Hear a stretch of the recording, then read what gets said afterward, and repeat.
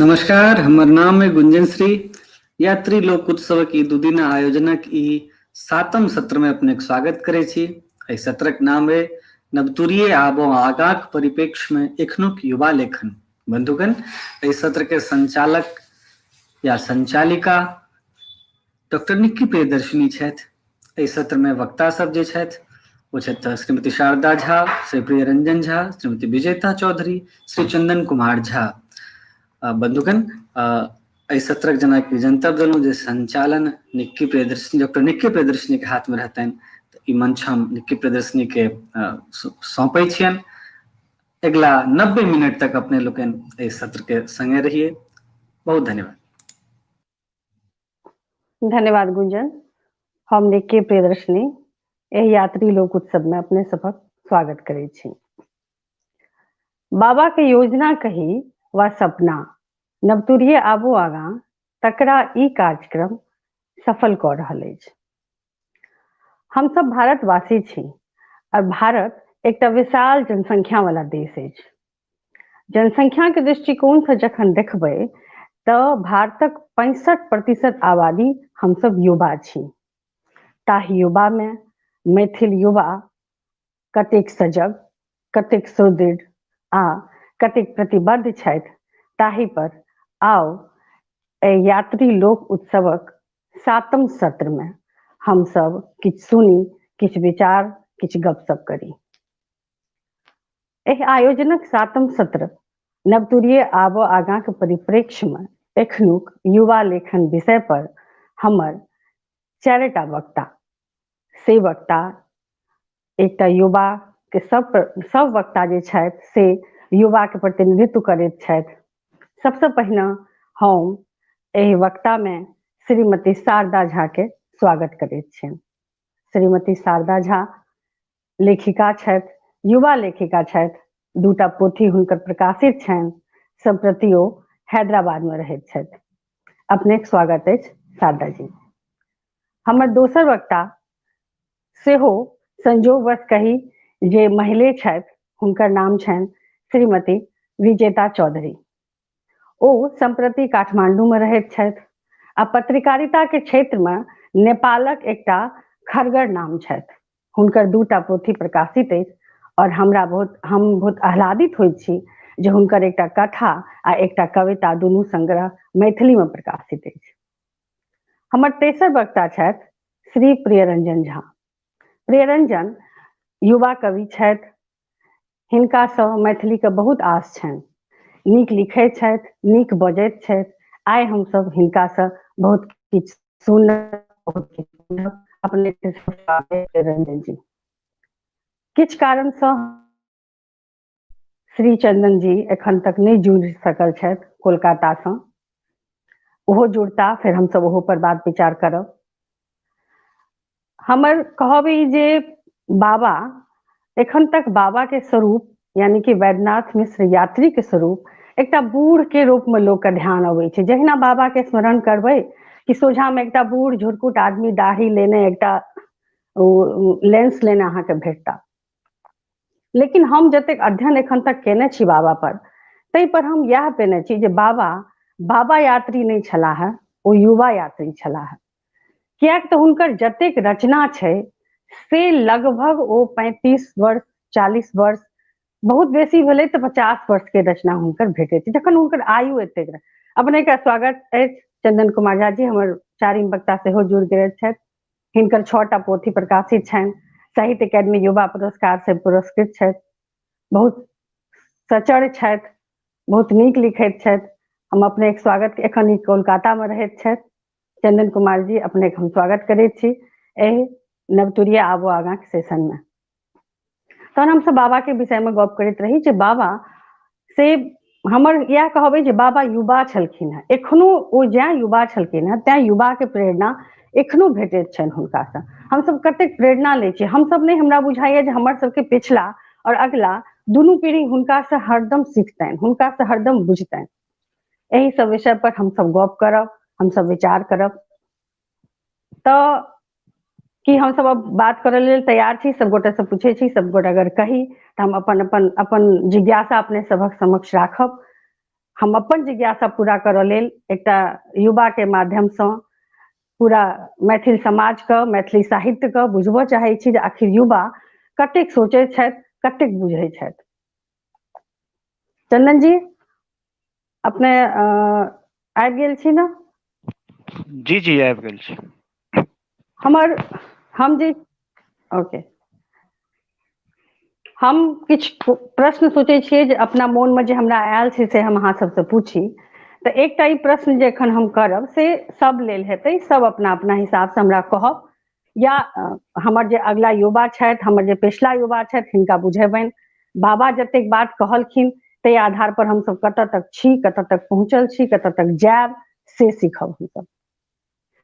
हमर जे प्रश्न अइ जे बाबा के छलनि हैं जे नवतुरिये आबो आगाँ, ई एकटा कॉन्सेप्ट बनि गेलै साहित्य में, एकटा ई कॉन्सेप्ट बनि गेलै जे नवतुरिये आबो, नवतुरिया शुरू से कहल गेल छै नवतुरिया सब क्षेत्र में सजग रहल छथि, या बाबा के ई सपनो छलनि हैं जे युवा से सब क्षेत्र में आगू बढ़े।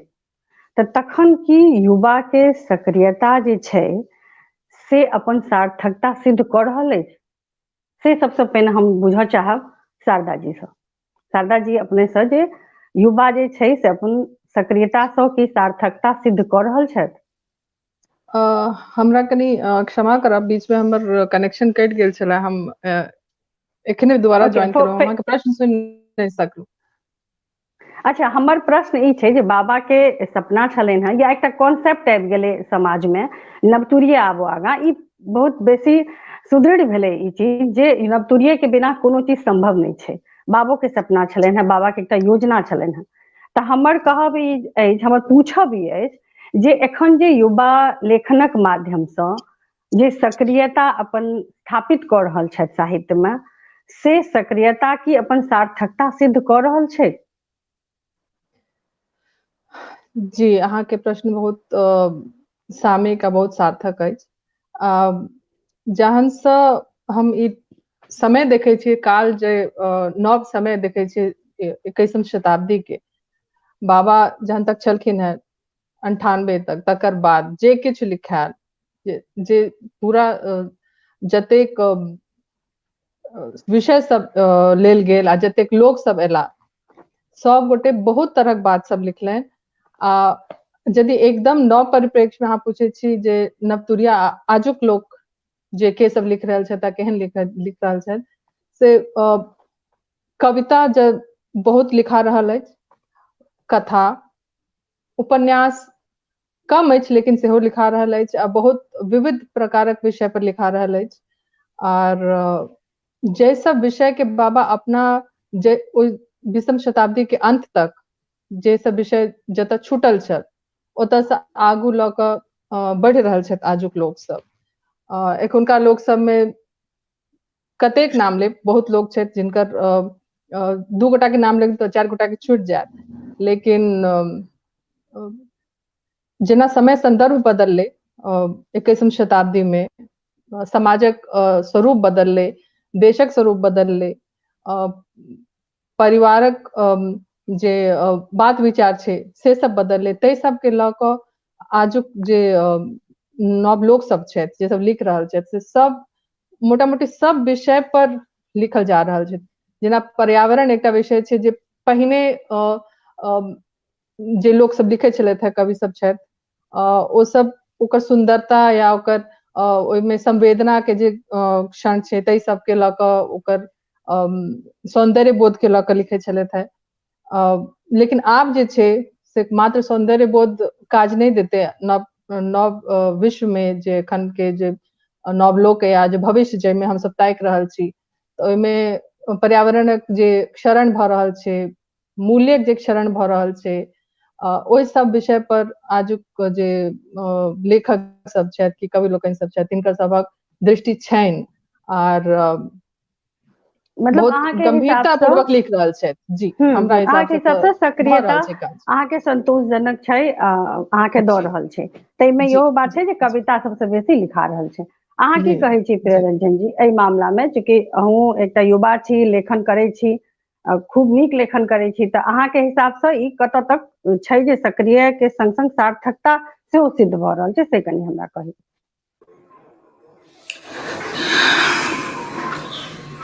सब गोटे के प्रणाम करैत हम अपन बात राखऽ चाहब। हम शारदा दीदी जे कहलनि हैं हुनकर बात से एकदम सहमत छियै कि एकटा युवा जे छै जे बाबा जे लिखलनि 20वीं शताब्दी के अंत में, चाहे ओ जे राजनीतिक विद्रुपता रहे या फिर जे सामाजिक जे स्थिति रहे, ओहि सब स्थिति पर एखनुक युवा सब जे छै से अपन कलम चला रहल छथि और खूब नीक से चला रहल छथि। ओहिमे कम से कम अखन मैथिली में 100 जे युवा युवतीक जे एकटा नया में जे अखन 21वीं शताब्दीक जे ई तेसर दशक के किछुए दिनक बाद जे आरंभ होबय वाला अछि, तऽ ओहिमे जे युवा सब छथिन लगभग 100 युवा युवती सब जे छै से ओहि सब विषय पर जे सामाजिक विषमता छै, जे पारिवारिक जे स्थिति छै, संबंध के बीच में जे एकटा खादि छै, ओहि सबके जे भरबाक जे चेष्टा छै से सब पर कलम चलि रहल छै। लेकिन ओहिमे बहुत रास नाम सब सेहो छै, जाहिमे हमरा पैनल में जे बैसल लोक सब छथि सेहो सब छथि, और संगहि जे छै से ई जे युवा सब जे छै, आब हमरा सबके विचार करक चाही, आगाँ प्रश्न एबे करतै जे ओ जे लिख रहल छथिन तऽ ओ विषय कथ्य सब जे लोक कल्याणकारी हेबाक चाही नहीं से तऽ छै। से तऽ हाँ प्रियरंजन जी, विषय पर और ओकर परिधि या जे भी छै ओकर स्ट्रीम ओहि सब पर बाद में गप करबै। एखन बस एतबी कह के जे एखन जे बाबा के जे एकटा सपना छलनि हैं युवा के सक्रियता, से अहाँ मानै छियै जे ओ सक्रियता दऽ रहल छै? एखन बस एतबी हमरा पूछक छलै। चंदन जी, अहाँ के हिसाब से अहाँ कनि एहि सब में कनि सीनियर जरूर छी लेखन में, तऽ ओ अहाँ अपन किछु कहियो जे की छै, कते संतुष्ट छी अहाँ? जी, सबसे पहिने सब गोटे के नमस्कार। अहाँ सब आइ यात्री लोक उत्सव के जे आयोजक संयोजक लोकनि सब छथि हुनका सबके धन्यवाद जे हमरा ई अवसर देलनि। ओतऽ नवतुरिये आबो आगाँ ई कॉन्सेप्ट तऽ आब हमरा बुझाइए जे प्रायः 80-90 वर्ष पुरान ई कॉन्सेप्ट तऽ छै जे नवतुरिये आबो आगाँ। तऽ एहि पर बात करऽ के लेल हम दूटा दृष्टिकोण से एकरा देखऽ चाहै छी। पहिल, जे एकटा आग्रह भाव छै जे नवतुरिये आबो आगाँ, जे अहाँ सब आब आगाँ आउ। आ एकटा दोसर एकटा क्रांतिकारी भाव छै जे लोक आगाँ में छी से सब पाछाँ जाउ, आ जकरा अवसर नहि भेटलै तकरा आगाँ आबऽ दियौ। तऽ एहि दुनू दृष्टिकोण में ओ जे क्रांति भाव जे छै, जाहिमे सब गोटे पाछाँ जाउ हमसब आगाँ आयब, ई अधिकार वाला जे हमर अधिकार अइ आगाँ आयब। एकटा आ दोसर भाव जाहिमे कृपा पूर्वक जे अहाँ आगाँ आबि जाउ। जेना बहुत हम लोग कहै छै लेडीज फर्स्ट, लेकिन हम ओकरा बुझै छियै जे ई गलत चीज छै। जहाँ कृपा कऽ रहल छियै लेडीज फर्स्ट, ओकर अधिकार छै। हाँ, माने अहाँ कृपा नहीं करियो, कृपा भाव नहीं। तो यदि कृपा भाव से जे नवतुरिये आबो आगाँ, केओ नवतुरिया अथवा सीनियर यदि एहि भाव से लऽ रहल छथिन जे आब हाँ हाँ अहाँ बच्चा छी, अहाँ आगाँ आबि जाउ, अहाँ नवका लोक छी, अहाँके ओ हमसब धियापुता में अपना सब खेलाइत रहिए ने, तऽ कहे नया खिलाड़ी चाल दिखाओ।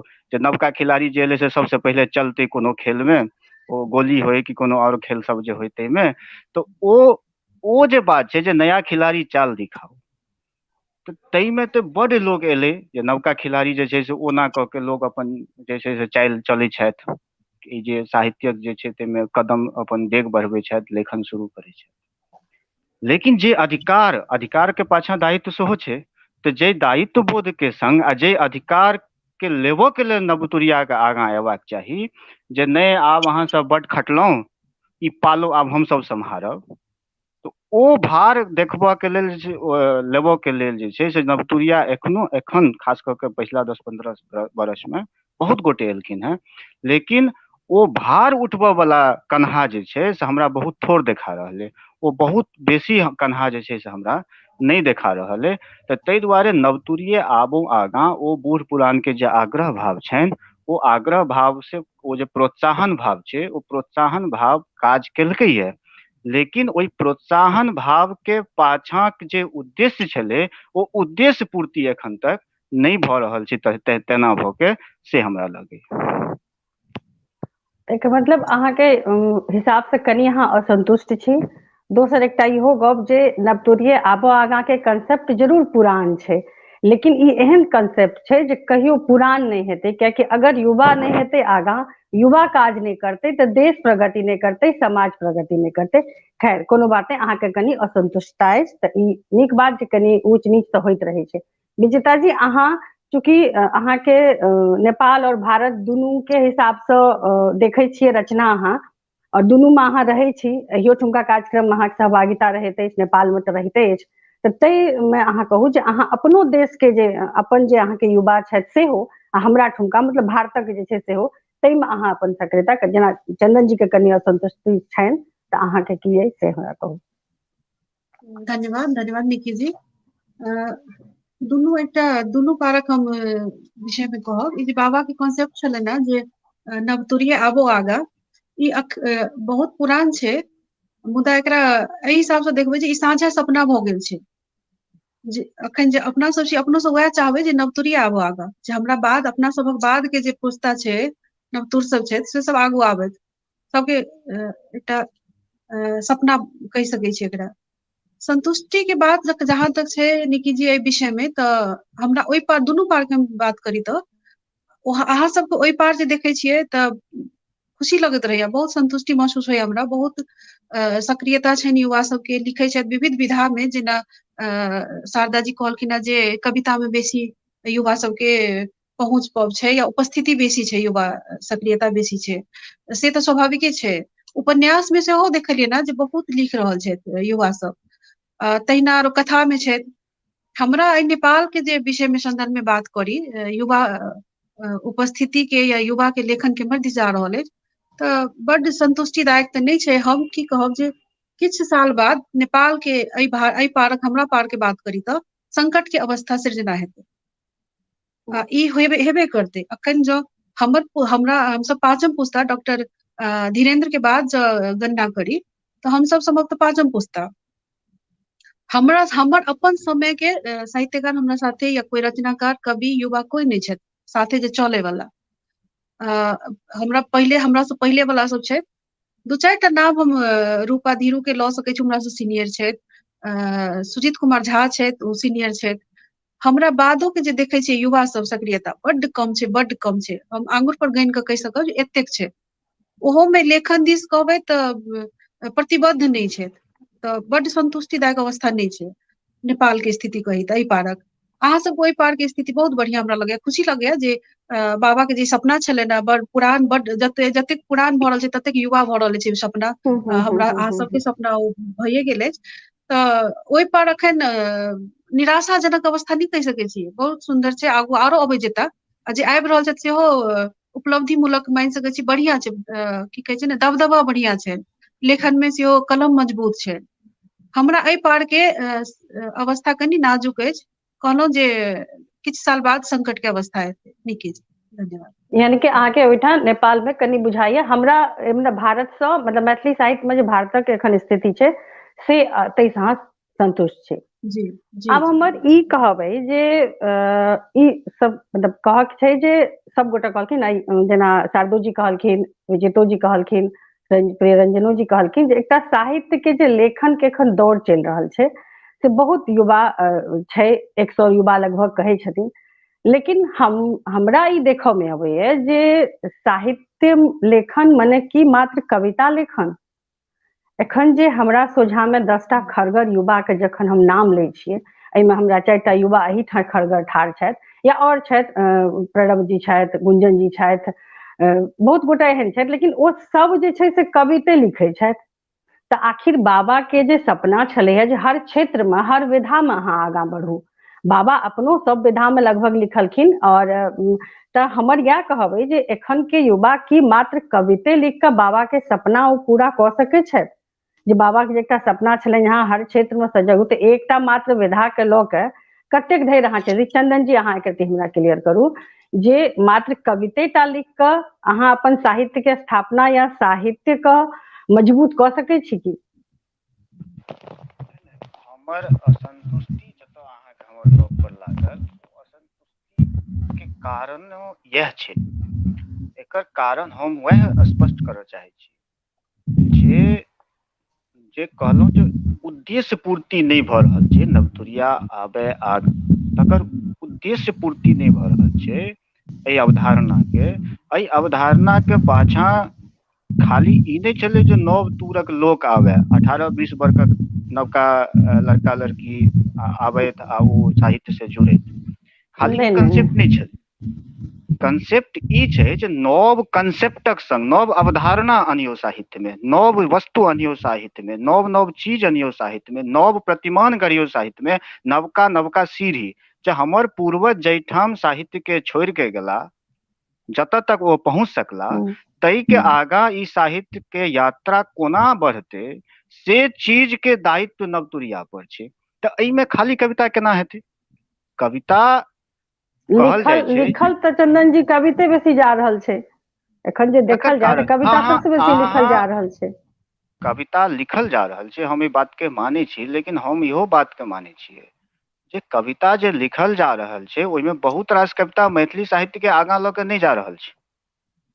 अधिकांश कविता में 12-14 आना कविता जे छै सो अथवा या तो जतऽ के मैथिली साहित्य मैथिली कविता पहुंच चुकल छै ओतै के रिपीटेशन छै, अथवा ओहि के पाछा के से पुनरावृत्ति छै।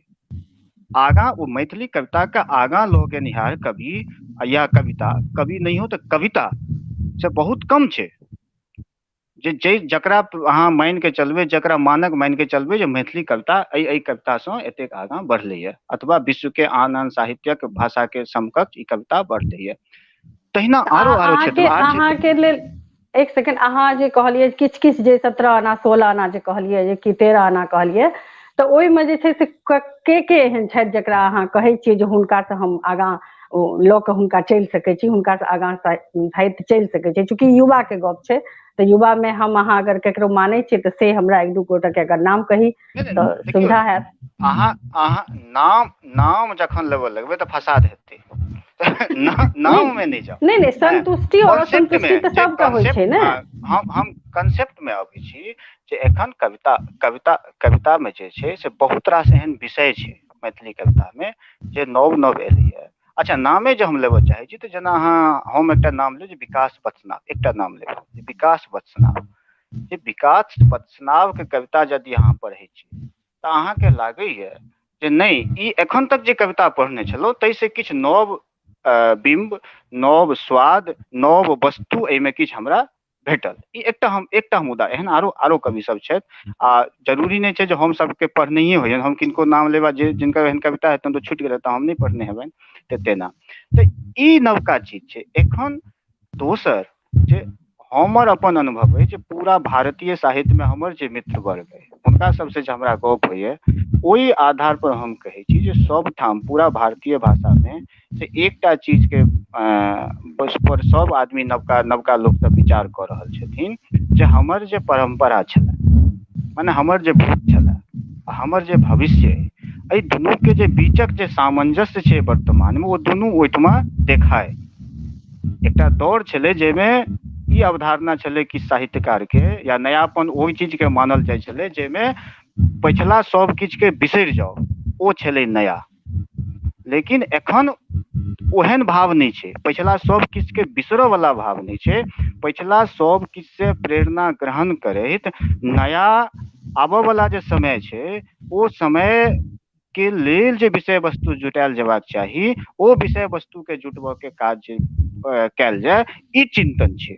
लेकिन मैथिली साहित्य में एहन चिंतन करऽ वाला अहाँके नवका साहित्यकार यदि ठीक से गनबै तऽ हमरा 10 टा भेटै छै एहन जे आगाँ अहाँ साहित्य के कतऽ लऽ जा चाहे छियै, एहन जे छै से 10 टा नहि। हमर तऽ छै जे विधागत पर एकटा मात्र विधा पर आबि कऽ किया रुकि गेल छै, से हमर कहब छै जे आखिर विधा में परिवर्तन दोसर विधा में लोक अपन केना अपनाबै या अपनाबो के चाही लोगों के, से हम अहाँ कहू जे एहिमे की करऽ के चाही। नहीं, ई तऽ व्यक्तिगत चॉइस भऽ सकै छै जे हम कविते लिखब, एकटा व्यक्तिगत चॉइस भऽ सकै छै। लेकिन दोसर एकटा कि सब युवा के व्यक्तिगत चॉइस कविते लिखब छै? नहीं, हम एकटा आरो अनुभव करै छी। अच्छा, एक रत्ती हम कनी शारदा जी सही पर क्लियर भऽ जाइ छी। एक पंक्ति हम कह दै छी। हमर जे व्यक्तिगत अनुभव अइ, ई अनुभव अइ जे एखन छोट रचना खाली कविते लिखल जा रहल छै एहन बात नहीं छै, आरो चीज सब लिखल जा रहल छै, कविते के नोटिस कयल जा रहल छै खाली, या वही पर चर्चा भऽ रहल छै खाली। जे चीज कम लिखल गेलै ताहि पर चर्चा नहीं भऽ रहल छै, लेकिन वो छोट छोट रचना जे प्लेटफॉर्म सब पर एखन रचना लिखल जा रहल छै, जे रचना नवका रचना के जे कारण सब छै, आइ फेसबुक नहीं रहते तो एते रचनाकार अहाँ के नहीं देखेते, एते नवका कवि अहाँ के आमद नहीं होते। तो ई जे नहीं कारण किताबो सब छै, प्रकाशित भऽ रहल छै चंदन जी, मात्र एहिठाम फेसबुके नहीं किताबो प्रकाशित भऽ रहल छै। फेसबुक पर लिखाई छै ओकरे कॉपी पेस्ट कऽ के किताब बनै छै। भेलै ने फेसबुक पर कतौ, लिखाई छै ओ तऽ खैर दोसर चीज भेलै, लेकिन बुक नहीं नहीं पब्लिश सेहो भऽ रहल छै। हाँ, उत्पादन प्रक्रिया के जे आधार छै से ओ यहाँ सोशल मीडिया छै, ओही ठाम से प्रेरणा ग्रहण कऽ के नवका कवि सब आबै छै। फला कविता लिखले तो हमहूँ 2 लाइन लिख ली, या एकटा नवका कविता लिख ली, ई ओही ठाम के प्रेरणा छै। ई पिछला 5-7 साल में बहुत बढ़लै है। लेकिन हम जे गप कहैत रही, एक लाइन जे हम गप करैत चाहैत रही, ओ एकटा मजबूरियो छै, लोक के समय अभाव भेलैए, जे लेखन के प्रति जे समर्पण भाव चाही, जे समय मांगे छै, जे साधना मांगे छै, ओ साधना कतौ न कतौ जे छै से ओहिमे जे जीवन छै ओहि के लेल समय निकालब ओकरा लेल कठिन भऽ रहल मतलब छै। समय, हाँ कठिन समय छै, तें कनी मनी 2-4 लाइन लिख कऽ कविता लिख छोट लिअ रचना, आ कविता नहीं हम साहित्य। कहि रहल छी जे छोट छोट रचना लोक कऽ रहल छै ताहि के लेल। हाँ तब शारदा जी, एहिमे अहाँके की लगैए जे मात्र की कविते विधा में समेट कऽ युवा रह जाए, कि ओकरा अपन पंख के और फैलेबाक चाही? देखियो एहि प्रश्न में बहुत हमने एमे बहुत रास चीज छै, एकर जो कैनवस छै से बहुत पैघ छै। अहाँ जहन एकर नाम लै छियै जे नवतुरिये आबो आगा, ओ जे कविता छनि बाबा के, तो ओ कविता में जे ई पूरा स्टैंजा छै से एना छै जे पगिलौ नीक जकाँ सनातन आस्था, पाकौ नीक जकाँ चेतन कुम्हारक नवका बासन, युग सत्यक आबा में जुनि करी परिवाह बूढ़ बहिर कानक, टटका मंत्र थीक नवतुरिये आबो आगा। एकर आगू ओ कहै छथिन, ई जे हुनकर कहब छै पूरा कविता जे छै से आह्वान छै अपन समवयस्क लोक सबके, या जे सीनियर सब छथिन तिनका लेल, जे नव लोक आगा आबैत आ हुनकर हमसब टांग नहीं घिचियन, हुनकर सहयोग करियन अपना आप के सुदृढ़ करब में, अपन जे चेतना छनि तिनका, अपन जे रचना छनि तिनका, आ बेटर करी अपना आप के, से सहयोग आ हुनका सबके आश्वासन से चाही नवका लोक सबके, से बाबा के कहब रहन। सैह ओ कहै छलखिन है जे नवतुरिया आबो आगा, और लोक सबके संग देबाक चाही, जे एक्सपेक्टेशन छै से सैह छै।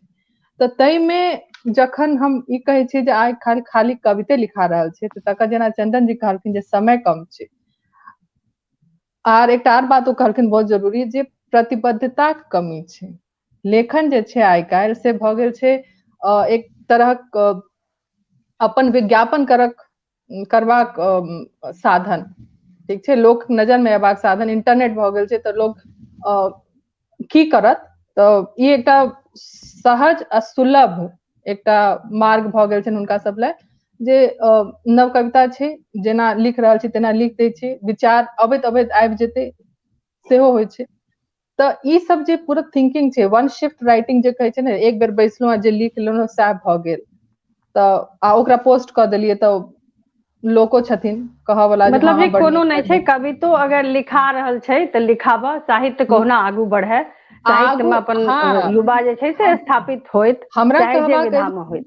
जहन प्रतिबद्धता के संग लोग अबै छै, तहन ओ मात्र कविते टा पर ध्यान नहीं देते, पढ़बो करते आ सब विधा के पढ़ते। काल्हिये एही यात्री लोक उत्सव में एकटा सेशन रहे, जाहिमे बात होइ छलैये साहित्य बोध के, दायित्व बोध से अलग साहित्य बोध के बात होइ छलैये, जाहिमे जे केओ छथि आइ आंखिगर लोक, की जे कनिको समय दऽ रहल छथिन एहि पर, ओ अपन समय के एतेक सदुपयोग करैत जे अपन पिछला लोक सबके, या जे ज्ञानी लोक सब छथिन, या जे नीक रचना सब छै हमरा सबके लग में, तकरा सबके पढ़ि कऽ अपन बुद्धि विवेक एतेक जागृत करैत, कविता से शुरू करैत छै तऽ अहाँ कोनो टाइम में शिफ्ट कऽ सकैत छी। अहाँके एहन बात भऽ सकैए जे कोनो बात अहाँके हैत जे हम कविता में पूरा नहीं कहि पाबि रहल छियै, तऽ अहाँ कथा लिखबै, या अहाँके तेहन कोनो मुद्दा अइ जकरा अहाँके बहुत परीक्षा के कहके अहाँ उपन्यास लिखबै, लेकिन अहाँ प्रयास तखन करबै जहन अहाँ बुझबै जे ई कोना भेल छै, कोन तरहक विषय सब पहिने लऽ चुकल छथिन हमर सबके पिछला पीढ़ी सब आ कोन तरहक विषय के आब अजुका समय में आगू लऽ जेबाक चाही, एते समय तऽ देबाके पड़ते, नहीं देला से तऽ फिर मतलब समय और प्रतिबद्धता के अभाव के कारण से युवा कविता लेखन दिस जा रहल छै। अपने विजेता जी कहियो जे अहूँ के एकटा कथा संग्रह एकटा कविता संग्रह दुनू प्रकाशित अछि, तऽ अहाँ ओहि हिसाबे कहू जे कथा लिखलिए जखन और कविता लिखलिए जखन, तऽ कखन बुझायल जे साहित्य के बेसी मजबूत चीज हम की दऽ रहल छियै, से एक रती अहाँ अलग से हमरा एकर कहू। देखियो निकी जी, ई एकरा की कहबै ने, कविता के कम नहीं आगल जेबाक छै। हम सबसे पहले तऽ ई बात कहब, कविता जे छै ने ओ एतेक व्यक्ति के एतेक सुंदर माध्यम छै। कथा हमर व्यक्तिगत पूछलहुँ हैं तऽ हमरा कथा लिखे में बेसी कंफर्टेबल छी। हमरा कथा लिखे में बड़ मन लगैया। इहो होइ छै जे हम कखनो विचार में किछु बैसे छी आ लिखऽ लगे छी कविता, अहिने बैसल बैसल कखनो कविता में बेसी बहऽ लगे छी, से वाला स्थिति छै। दोसर बात ई कहब जे ई बलात रचना नहीं होइ छै। अहाँ ई सोचबै जे कविता मात्र लिखा रहल छै या कविते बेसी लिखा रहल छै, तऽ जाहिमे अहाँ कंफर्टेबल छी, जे अहाँ लिखऽ अहाँके भीतर से जे आबि रहल अछि वएह लिखबै। जबरदस्ती बैस कऽ कोनो चीज लिखऽ चाहबै ने तऽ ओ उत्पादक भऽ जायत अहाँके, ओ अहाँके साहित्य नहीं हेतै, ओ एकटा कलात्मकता नहीं हेतै, ओहिमे रस नहीं हेतै, से वाला स्थिति छै। तकर बाद दोसर बात ई जे शुरुआत जे कोई करे, युवा सब जे करता शुरुआत, तऽ ओ कविते से करता, एहि दुआरे जे कविता ओहिना लिखा के एकटा होइ छै जे लिखते लिखते सिखलहुँ, सीखते सीखते कोई बड बेसी होइ छै, किछु किछु गोटे उपन्यासी से शुरू करै छथि, कोई जीवनी लिखै छथि, संस्मरण से शुरू करै छथि। बेसी समग्र में ओना जे देखल जाय तऽ कविता से शुरुआत करब नीको होइ छै। ओही में की होइ छै, निखरै के तिखरै के एकटा प्लेटफॉर्म, एकटा सेहो भेटै छै, एकटा विस्तार सेहो भेटै छै ओकरा ओहिसँ। और दोसर बात ई कहब जे जाबे साहित्य में कोनो कविता, हम कथा लिखै छी या उपन्यास लिखब काल्हिखन, ओहिमे जे भाषा जे होइ छै ने, लयात्मकता जे छै ओ कविते छै एक तरह से।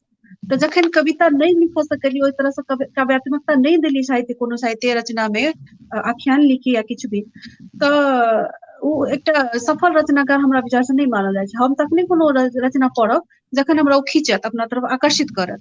तऽ हमरा लगैया जे एकदम अपरिहार्य छै जे कविता लिखेबाक चाही। तखन इहो बात छै जे कविता मात्रे सेहो लिख कऽ रहि जाइ, सेहो नहीं, एहि दुआरे कि साहित्यिक भंडार जे छै ओकरा वृद्धि तऽ करऽ पड़लै।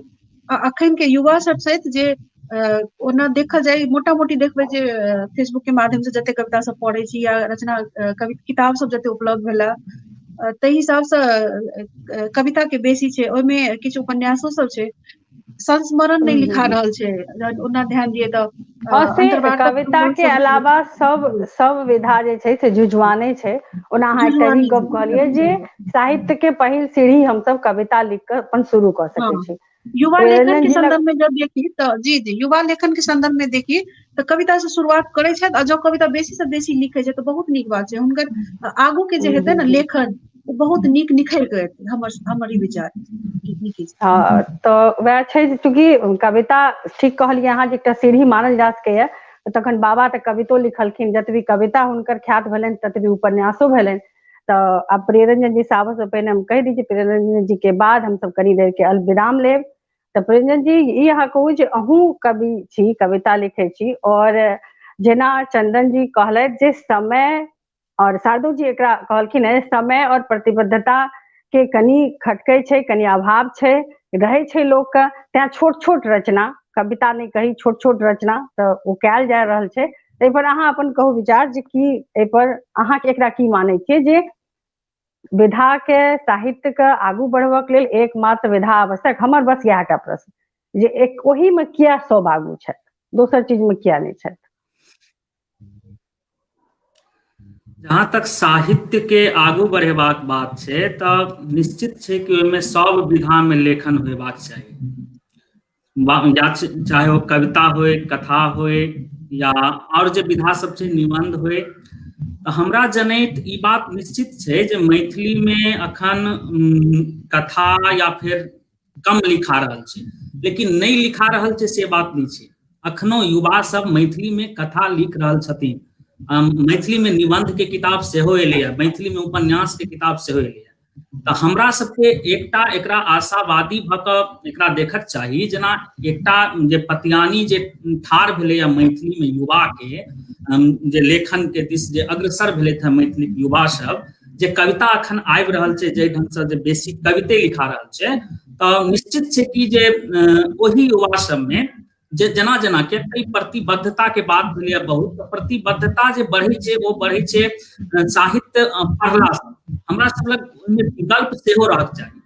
अब हमरा सब लग 5टा जब विकल्प रहत 5 लोग के हम सब पढ़ब तऽ निश्चित बात छै जे हम नीक बेजाय हमरा ओहि 5टा में देखब आ ओ यदि हमरा सब लग संख्या बेसी रहतै यदि हम सब बेसी से बेसी लोग ओहिमे एता हम सब ओकरा पढ़बै जे तहन ओहिमे हमरा सबके कनि आसान भऽ जाइ छै जे ई हिनका में की कह सकै छथि आगा हिनका में कतेक हिनका में अप्रोच छनि अपन साहित्य के प्रति।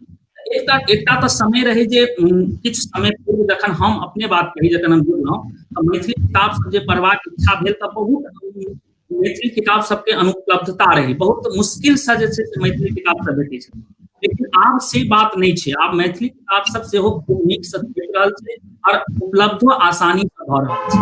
तऽ ई सब जेना जेना इस समय हम सब आगा बढ़ि जायब हमरा जनैत की कविता जेना लिखा रहलै है आगा मैथिली में कथा लेखन और आन जे विधा सब छै से लेखन हेतै ई बात निश्चित छै कोनो साहित्य के आगा बढ़ऽ लेल सब विधा में लेखन होय जरूरी छै। मतलब अहाँ अपना युवा से आशान्वित छी बहुत बहुत नीक लागल सब अपन अपन बात कहल गे। अब हम सब कनी देर के लेल अलविराम करब फिर तकर बाद किछु प्रश्न लऽ कऽ साझा आयब।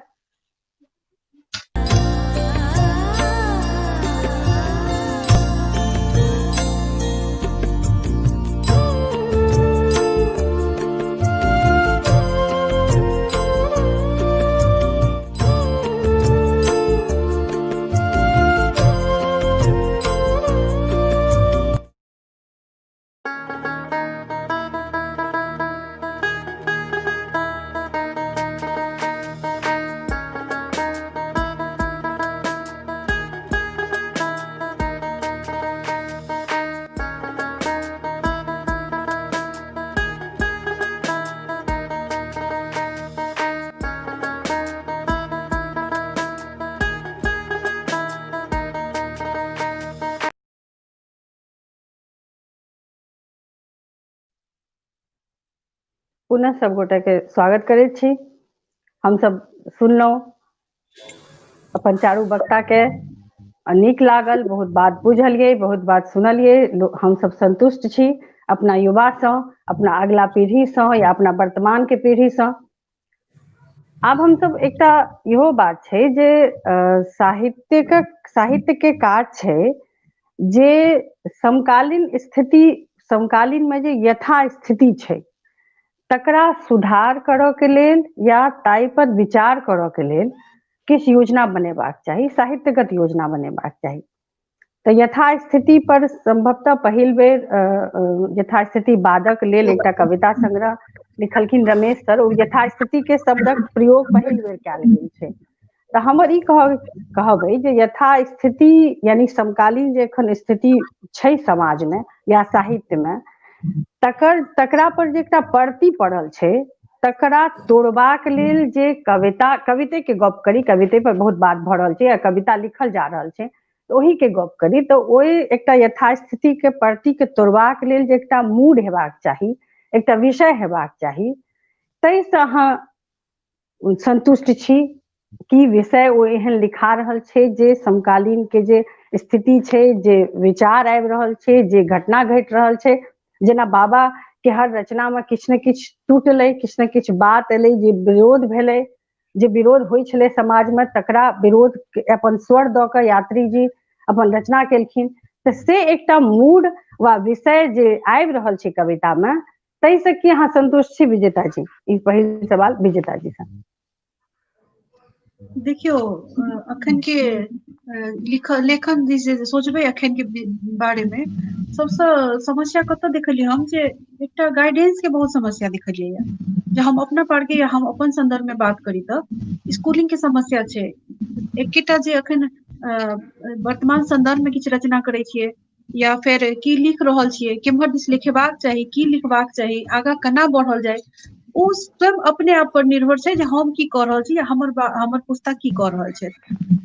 हमरा सबसँ जे अग्रज छलथि हे हुनको सबके कोनो सहयोग या लेखन में कोनो ताहि तरह के एकटा मंच नहि छै जाहिसँ की होइ छै जे एकटा आगा बढ़े के कतौ मार्ग निर्देश हुए, तो से समस्या हमरा दिस में छै। अन्य हम सब कऽ पेलहुँ जे हमरा बाद के जे छै हमहूँ सब एकटा उम्र से एकटा पड़ाव पर छी जे आब के बाद हमरा सबसे नया पुस्ता जे छै से सब आब नीक से करैत सक्रिय भऽ कऽ आगू आबैत, तऽ हमहूँ सब हुनका सबके ओ स्थान हुआ ओ प्लेटफॉर्म नहीं दऽ पाबि रहल छियै।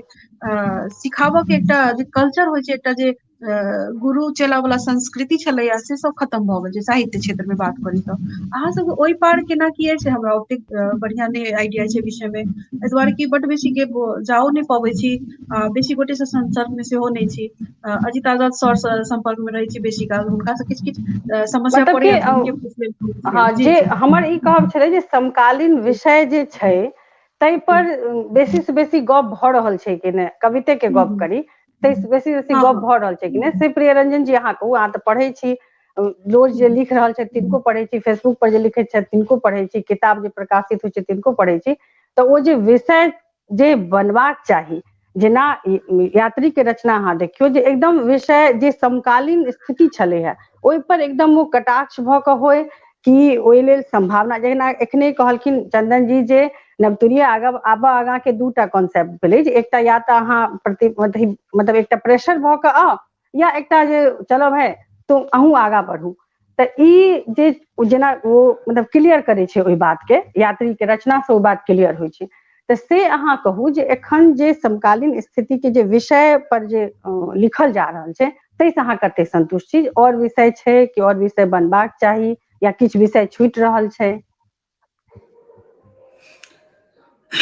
जहाँ तक विषय के बात करबै तऽ हम जे कविता सब पढ़ै छी, जिनका पढ़ब हमरा नीक लगैया, तऽ ओहिमे बहुत रास नाम सब छै। तऽ विषय सब जे समकालीनताक जे बोध करबै छै, या जे सामाजिक जे स्थिति छै समाज में जे रूढ़िवादी जे विचारधारा सब छै, वा राजनीतिक जे स्थिति परिस्थिति छै जे समाज के लेल ओतेक उपयुक्त नहीं छै, तो ई विषय सबमें लगभग हम अखन जिनका सबके पढ़ि रहल छी हुनका ओ सब भेटता अहाँके। चाहे हमरा किछु नाम लेबऽ में, किएक तऽ हम सब से एकदम युवा छी, और नाम लेबऽ में हम जेना अहाँ युवा के संदर्भ में बात करबै तऽ अहाँ अर्नाब सौरभ छथिन सर, हुनकर कविता संग्रह तैं किछु और, या फिर जे एतबेटा नहीं, ओहि काव्य संग्रह सबमें जे छै से ओ मैथिली कविता के निश्चित अपन विशेष, या जे समकालीनता के जे बोध छै, बहुत रास कविता सब ओहिमे छै जे समकालीनता के बोध करबै छै। संगे संग अपन नव जे हुनकर जे मानवीय सरोकार छनि, सांस्कृतिक जे चेतना छनि, वो स्थानीयता के पक्ष में ठाढ़ भेटैत छथिन। बा फिर चाहे हम शारदा दीदीए के कविता संग्रह पढ़ै छी, चाहे वो बीत जेबाक क्रम में होय, बा फिर की कहै छै प्रेम कविता के बाद होय, हुनकर जे कविता सबमें जे मानवीय जे जीवन दर्शन छै, या जे साहित्यक जे व्याख्या छै, जे लोकक प्रति जे सम्मोहन छै, से बहुत आकर्षित करै छै, लोक कल्याणकारी छै। बहुत रास नाम सब छै, जेना नौवे में अहाँ की कहै छै बाल मुकुंद भैया के लग जाओ, बा फिर विकास बत्सनाम भैया के लग जाओ। विकास बत्सनाम भैया सबके कविता सब जे छै से अहाँ मतलब मिथिला में बैस कऽ जे अमेरिका में जे गरीबी अशिक्षा से जे व्याप्त लोक सब जे मरि रहल छै त्रासद, या अमेरिका में जे रंग भेद नीति से जे बारूद के ढेर पर जे छै से लोग के मतलब जे निर्दोष छै ओकर हत्या कर रहल छै, ओहि संदर्भ में सेहो विषय सब आबि रहल छै। अब वो चिंतन मिथिला में बैस कऽ विश्व स्तरीय बढ़ रहल छै, लेकिन ओकर बावजूदो जे मिथिला एकटा कवि में हेबाक चाही, जे मिथिला के हेबाक से सब आबि रहल छै। विषय मिथिले से केंद्रित विषय वस्तु लोकल लिख रहल छै लोग, या अपन विषय को विस्तारो पैघो छै। नहीं परिधि पैघो छै, ओ परिधि जे छै से राष्ट्रीय विश्व स्तर पर सेहो छै। ओ परिधि जे छै से आब धीरे धीरे जे जेना जेना नव सब आबि रहल छथिन, हमरा जे हम जते कविता के बुझि पाबि रहल छियै, हम जे पढ़ि रहल छियै, चाहे बहुत रास नाम छै, हमरा सबके पैनल में बैसल छथि चंदन भैया, हुनके कविता सब जे छनि, हुनकर किताब जे छनि से अहाँके गामक सीमान पर, तो वो सब ओहि सब में जे कविता सब छै, सब में अहाँ आबै छै मिथिला के बात सब, जे मतलब मिथिला के जे गाम जे अविकसित छै, और वो अविकसित गाम के जे एकटा कॉन्सेप्ट छै ओकरा विकसित बनेबाक, या फिर जे प्रवासी मैथिल सब छै ओकर जे सीना में मतलब छाती में जे एकटा गाम बैस रहल छै, तो सब मिथिला के कॉन्सेप्ट सब आबै छै, और ओहि कॉन्सेप्टक संगे संगे जे राष्ट्रीयता के बोध हेबाक चाही, विश्व स्तरीयता के जे बोध हेबाक चाही, सेहो आबै छै। ई एकटा मैथिली कविता में जे सक्षम युवा सब छै, हुनकर कविता सब में हम देख रहल छी, हमरा नीक लगैया। मतलब समकालीनता, एकटा यथास्थिति के जे प्रति छै से अहाँके टूटैत अबैया, लेकिन ओ बेसी विषय जे छै से मिथिला केंद्रित छै। अहाँ एकरा कते मानै छियै चंदन जी, जे ओ एकटा जे ब्रैक अथी छै, पद छै, तकरा तोड़ि कऽ एकटा खुला तौर पर सोचि कऽ एकटा खुला विचार के संग प्रस्तुत कऽ रहल छथि युवा, से अहाँ संतुष्ट छी कि नहि विषय से, या युवा के मूड जे छै लिखऽ के, ताहिसँ अहाँ कतेक संतुष्ट छी?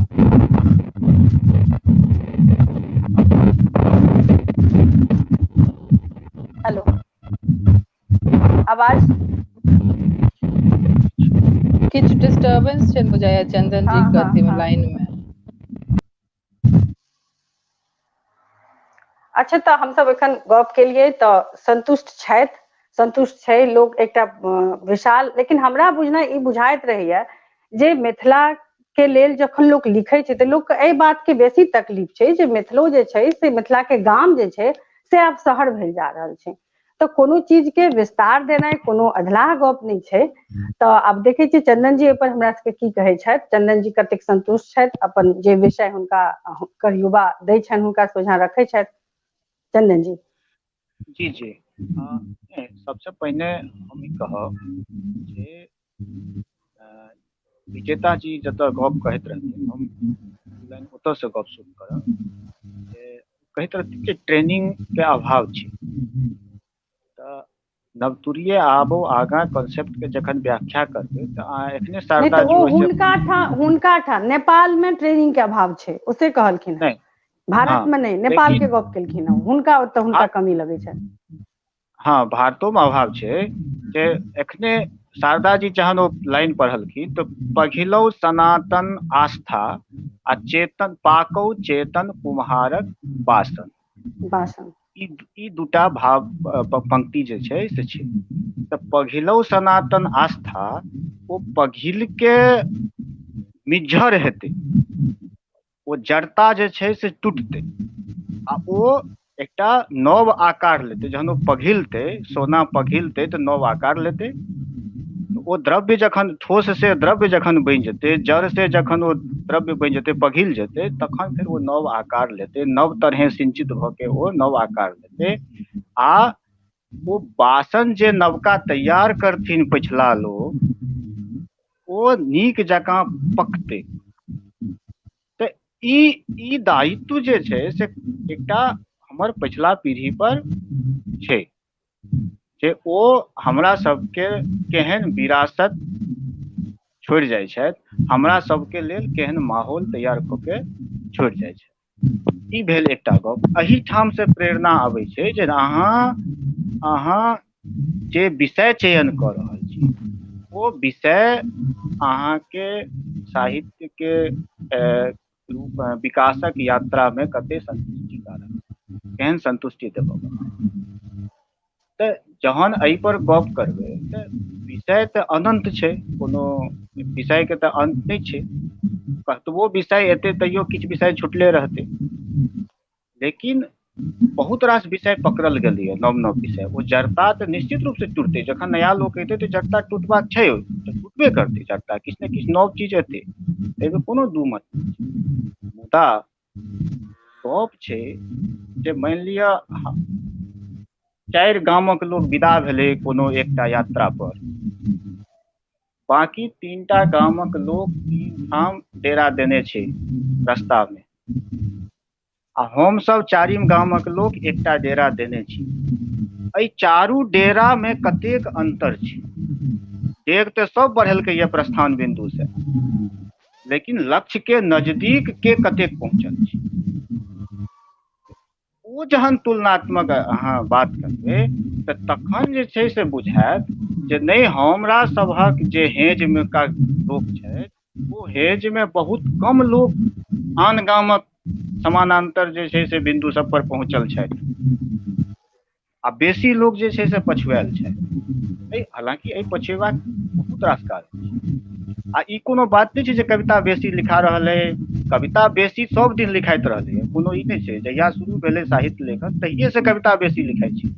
नहीं एक टाइम तऽ एहन भेलै चंदन जी जे उपन्यास बहुत लिखायल छै, एहन कोनो नहीं छै, ओ एकटा टाइम होइ छै। लेकिन एखन युवा बहुत बेसी सक्रिय छथि कविता लेखन में, एकरा नकारल नहीं जा सकैया। तकर एकटा नीक परिणाम सेहो छै जे अहाँ 20-25 वर्ष पूर्व अहाँ सब तऽ शोध केने छी उपन्यास इत्यादि पर, हमरा से बेसी अध्ययन है जे आई से 20-25 वर्ष पूर्व मैथिली कथा की स्थिति बहुत नीक छै। 1990 से लऽ के 2000 के बीच में मैथिली कथा की स्थिति बहुत नीक चले। भारतीय साहित्य भाषा के कोनो भी साहित्य भाषा साहित्य में मैथिली कथा टक्कर देबऽ वाला छलै, कविता ओहिठाम कनि पछुआल छै। लेकिन 2010 से 2020 में तहिना मैथिली कथा आ उपन्यास पछुआ गेलै आ कविता आगाँ छै। आइ जखन अहाँ बहुभाषी कवि गोष्ठी सब में कतौ जाब, अहाँ जाइ छी, अहाँ बुझैत अहाँ स्वयं अनुभव करैत हेबै, कोनो 10टा भाषा 20टा भाषा के बीच में जाउ आ ओहिठाम यदि मैथिली कवि के सुनबै अहाँ तऽ अहाँके लागत जे नहीं एहिठाम 25टा कवि यदि पढ़लखिन है ताहिमे नीक जे टॉप के जे 5-5टा कवि छथिन ताहिमे एकटा मैथिली कवि छै। तऽ मैथिली कविता की स्थिति सुधार भेलै, बेसी लिखा रहल छै तो नीक चीज सब सेहो एलै, सुधार भेलै, फायदा भेलै। लेकिन दिक्कत ई छै जे आन विधा में नीक चीज नहीं लिखा रहल। आन विधा में नीक चीज से हमर ई है जे माइलस्टोन जकरा कहि सकै जे एहि युगक प्रतिनिधि, एहि पीढ़ी के प्रतिनिधि रचना थी कि कथा संग्रह, ई उपन्यास, ई समालोचना, ई शोध ग्रंथ, एहन तरह ई आत्मकथा, ई संस्मरण, एहन चीज सब जे छै से नवका लोग नहीं लिखलथि। कविता यदि ताकल जेतै आई से 20 वर्ष 25 वर्ष 50 वर्ष के बाद यदि ताकल जेतै तो 2010 से 2020 के बीच में बहुत रास कविता ओकरा भेट जेतै ओहि पीढ़ी के नहीं बहुत युगांतकारी कविता लिखल गेल छै। लेकिन यानी कि साहित्य के पलड़ा अगर भारियो छै तऽ कनि मनी जुझवानो छै अपन सबके पलड़ा। ई हमरा सबके चिंतन के विषय है जे हम सब आन विषय पर केना ध्यान देबै। आवश्यक नहीं छै जे सब आदमी सब विषय लिखैत, किछु आदमी कविता लिख रहल छथि, किछु आदमी कोई ध्यान देबाक चाही।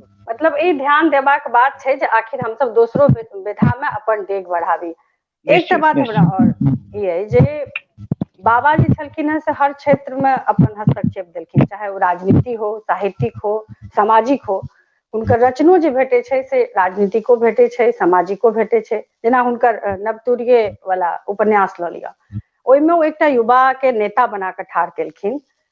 तऽ हमर कनि ई प्रश्न राजनीति दिस कनि हम एकरा मोड़ि रहल छी जे कि बाबा के तऽ छलनि हैं जे एकटा रूढ़िवादी परंपरा वा एकटा जे कुरीति अबै छलै समाज में तकरा ओ एकटा युवा नेता बना कऽ ठाढ़ कऽ कऽ ओकरा ब्रेक करऽ लेल, ओकरा तोड़ऽ लेल केलखिन, जे उपन्यास के माध्यम से हमरा अहाँके सोझा में छै। तऽ अहाँके नहीं बुझाइए या सब ई प्रश्न सामूहिक है जे एकटा ई नहीं बुझाइ, लेकिन सबसे पहिने जवाब हम चाहबै जे चंदन जी देता, जे एकटा नहीं बुझाइ छै जे बाबा जे एकटा नेता बना कऽ ठाढ़ केलखिन ओ एकटा पॉलिसी बनेलकै, लेकिन एखन के जे नेता सब छथि ओ साहित्यिको नेता मानि सकै छी ओकरा हम, तऽ ओ एकटा पॉलिसी नहीं बना के एकटा पॉलिश लगेबाक क्रम में बेसी आगू बढ़ि रहल छै। ई कतेक अहाँ मानै छियै चंदन जी? बाबा जे नवतुरिया के देखलखिन, वो नवतुरिया के देख के हुनका विश्वास भेलनि, तैं वो लिखलखिन वह करत रूढ़ि भंजन। विश्वास छलनि हुनका ओहि नवतुरिया के देख। तकर बाद नवतुरिया के 5टा पीढ़ी बीत गेलै। राजनीतिक आ सामाजिक रूढ़ि पर गप करबा के लेल हिम्मत चाहिए। सबसे पहिने की छै जे हिम्मत होइ छै। लोग तऽ खूब लिखे छै, एहन बात नहीं छै राजनीतिक पृष्ठभूमि पर लोग नहीं लिखे छथिन, खूब लिखे छथिन। लेकिन पॉलिसी स्थापित भऽ रहल छै। नहीं राजनीतिक और सामाजिक बिंदु पर बात करऽ के लेल जे हिम्मत चाही, ओहि हिम्मत में के कंसिस्टेंसी जे हेबाक चाही ना, निरंतरता जे हेबाक चाही ना बात करऽ के, ओ हिम्मत जे छै से आजुक जे ओकर कारण में अहाँ बहुत रास कारण हेतै जे बहुत रास तरह के इनसिक्योरिटी छै, कारण बहुत हेतै, लेकिन जे फक्कर बना हेबाक चाही, जे हिम्मती हेबाक चाही, ओ हिम्मत जे छै से एखुनका साहित्यकार में नहीं छै, नवका में से पहिने होइत इनसिक्योरिटी रहे, छै। एखन किया नहीं छै? पहिने होइत रहे, एखन किया नहीं छै? एखन की ओकरा में कमी छै? वह हाड़ मांस के बनल एखनो लोग छै, किया अपना आप को? तहन तो यह भेलै ने जे ओ अहाँ तहन पॉलिश एक बनेबा शब्द में बेसी अहाँ एक शब्द में अहाँ एक लाइन में ई बात बुझियौ जे एखुनका जे अधिकांश साहित्यकार छथि ओ भीड़ के हिस्सा छथि। आ हमरा बुझने भीड़ के हिस्सा बनि के अहाँ एकटा हिम्मतगर साहित्यकार, एकटा प्रखर साहित्यकार नहीं बनि सकै छी। अहाँ के भीड़ से बाहर सोचऽ पड़त। यानी कि लोग पॉलिसी नहीं, पॉलिश पर बेसी ध्यान दऽ रहल छै। विजेता जी, अहाँ की कहै छियै एहिमे?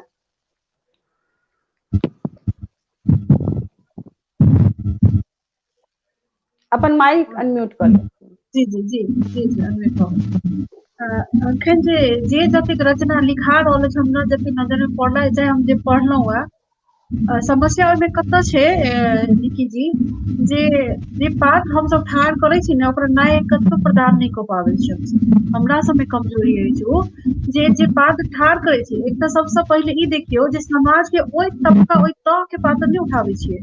ई जे ब्राह्मणवाद, कायस्थवाद वाला जे छै ने, से दुनू पर ओहिना हावी अछि, रचनो में आबै छै आ ओही सब पर विशेष लिखा रहल छै। बहुत कम लिखै छै जे समाज के ओ पात्र सबके जे भीतर जे शोषित छै, जे दमित छै, जे की कहै छै किनारीकृत छै, ओ पात्र सबके सब उठबे नहीं करै छै। जे उठाबै छथिन ओकर लाचारी मात्र लिखै छथिन, ओकरा नायकत्व प्रदान नहीं करै छथिन। समस्या एतऽ छै। एहिठाम की छै जे ओकरा नायकत्व प्रदान करनाइ बहुत जरूरी छै। तखन न जाकऽ ओ एकटा जे अहाँ प्रश्न केलहुँ है, जे ओ एकटा कंसेप्ट या एकटा चीज एकटा उभरि कऽ नहीं आबै छै, तऽ ओ लेखक के कमजोरी छै। सबसे ई हम मानब जे लेखक के कमजोरी छै। दोसर बात ई जे समाज के, तखन अहाँ पूछने छलहुँ, हमर अबिते अबिते ब्रेक भऽ गेल तखन, जे ओ समाज के जे समसामयिक बातें मात्र उठा के नहीं है, समाज में जे समस्या छै सेहो उठाबऽ पड़तै। कतेक साहित्यकार छथि, कतेक महिला साहित्यकार छथि जे यौन शोषण के विषय में लिखलथि है समाज में व्याप्त। बालिका जे बलात्कृत होइ छै, जे यौन समस्या सब छै, जे बालिका सब में अपन मैथिल समाज में, तऽ अपना सब ओकरा आगू नहीं, ओकरा की कहै छै, प्रचार नहीं करऽ चाहबै। एकटा डर छै, एकटा पता नहीं झिझक छै। कविता के एकटा रेंज बढ़बऽ पड़तै लोग के, जेना बहुत रेंज के गप जरूरी छै, सबसे बहुत पहिने जरूरी छै। अहाँ रेंज सौंदर्य बढ़बऽ के पड़तै। कविता या जीवन शैली के कविता या राजनीति पर प्रहार मात्रे कऽ कोई बड़का कवि भऽ जेता, ओ छै। ओहन कवि सब बहुते छै, नहीं छै से बात। हमहूँ राजनीति विषय पर बहुत रचना करै छी, हमरा ओ एकटा हमर फेवरेट विषय में से सेहो रहल अछि। तथापि जे समाज में जे ओ पात्र सब छै, जेकरा आगू अनबाक छै, जेकरा साथे समस्या छै, ओ विषय पर नहीं लिख रहल छै। जे लिखो रहल छियै तऽ ओकरे सबके रोजी रोटी के समस्या लिखबै, भूखा नंगा वाला स्थिति देखाबै के छै, नायकत्व प्रदान नहीं करै छियै। तखन केना कऽ चाहबै जे बाबा ठाढ़ करै छलखिन एकटा नायक, जे समाज के एकटा दौर बदलि दै छलैया, से हम अहाँ बदलि सकबै। तऽ ओ कनि लेखक हमरा अहाँ के कमजोरी सेहो छै निकी जी। कनि ई छै जे अपन सबके जे एकटा कविता के जे जेना बाबा जे छलखिन हैं, से ग्लोबल के मतलब ग्लोबल में हुनका ख्याति व्याप्ति भेटलनि। तऽ एहन विषय या एहन हमरा सबके अपन रेंज, जेना रेंज के गप पहिल बेर कमल मोहन चुन्नू सर लिखने छथि कविता में, जेटा कंटेंट हेबाक चाही, एकटा रेंज हेबाक चाही, तऽ से अपन रेंज के अहाँ ब्रॉड करू। जेना कि बाबा एहन एहन शीर्षक लिखलखिन, एहन एहन विषय पर लिखलखिन जे ओ ग्लोबल भऽ गेला।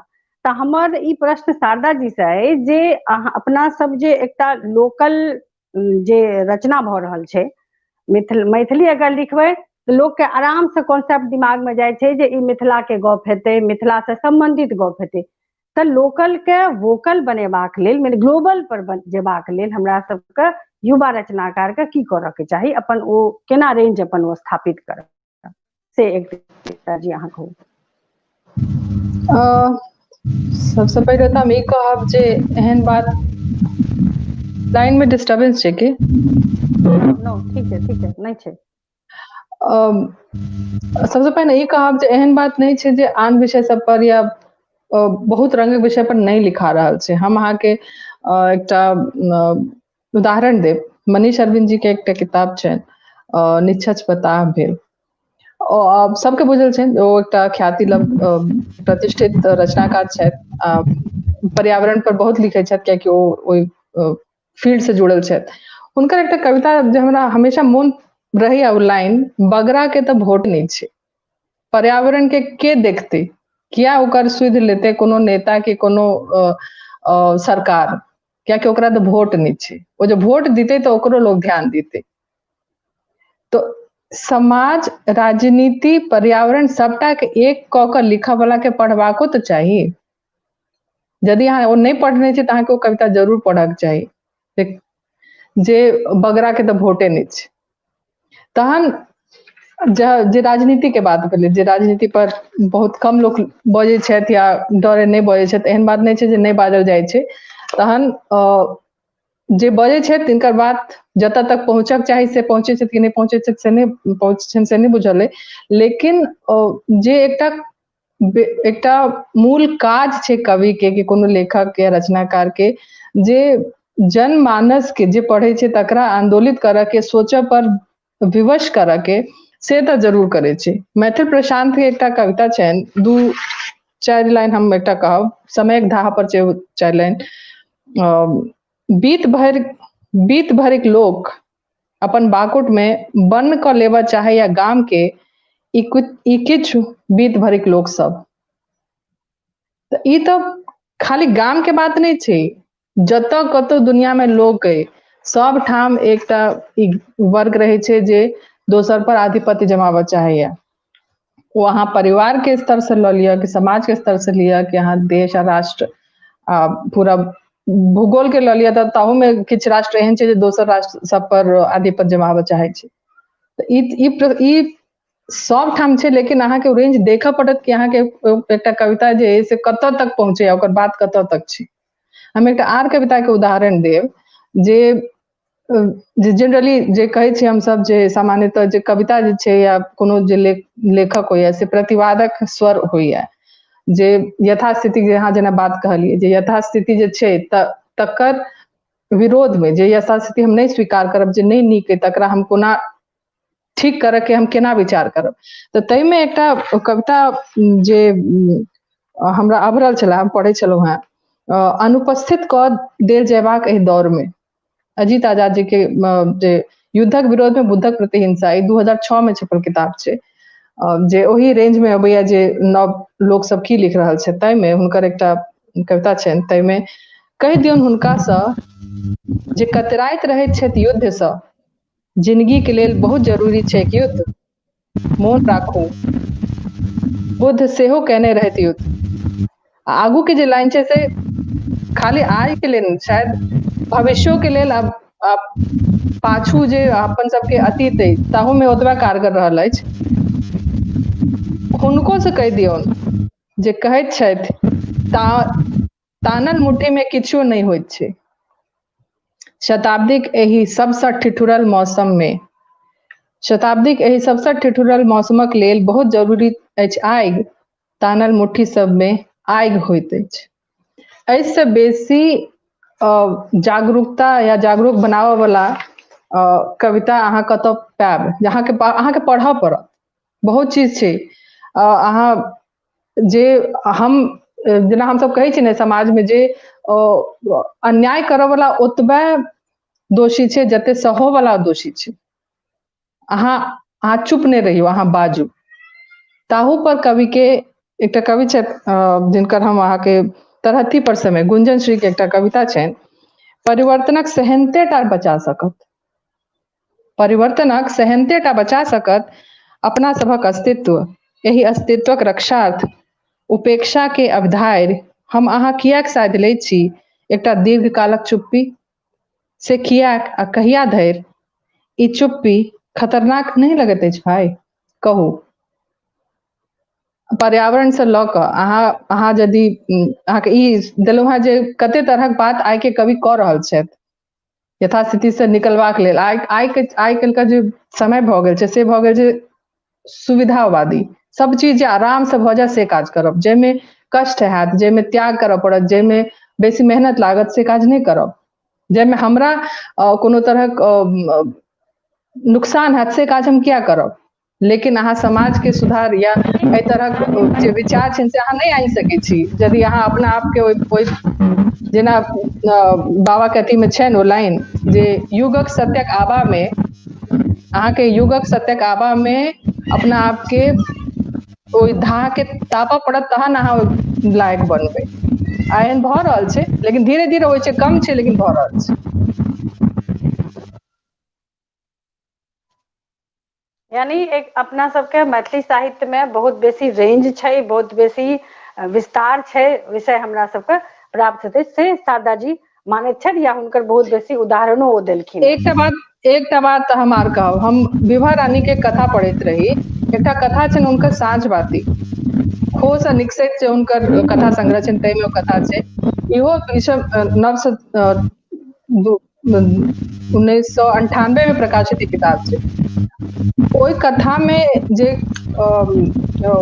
पात्र छथिन काकी, ओहि माता के या ओहि ताकतवर जे अपन कैरेक्टर जे होइ छै, अपन भावना और अपन नीक बचा विचारा के ताकत राखि कऽ ओ काकी जे जते ओहि कथा में जे सब निर्णय लेलखिन हैं अपन बेटा लए कि अपन पुतौह लए, आइ काल्हि के समय में ओहन कथा भेटब अहाँके मुश्किल हैत, ओहन पात्र पता का मुश्किल हैत सामान्य जीवन में, लेकिन ओहन लोग सब छथिन। कह के बात छै, कमी नहीं छै, पहिनैयो बहुत बहुत विषय लिखल गेल छै, बहुत बहुत हाई रेंज के गप भेल छै मैथिली साहित्य में, एहन बात नहीं छै जे मैथिली साहित्य अछूता छै कोनो चीज से, तखने यात्री हमर ग्लोबल छथि, विद्यापति हमर ग्लोबल छथि, तखन एखन के लोग जे छै से ओतऽ धरि पहुँचऽ के लेल ओकरा की प्रयास करऽ के चाही, की सब ओकरा अपना रचना में आनबाक चाही, से हमर मेन छल बात बुझऽ के। लिख तऽ रहल छथिन लोग, एहिमे हमरा असंतुष्टि नहीं है,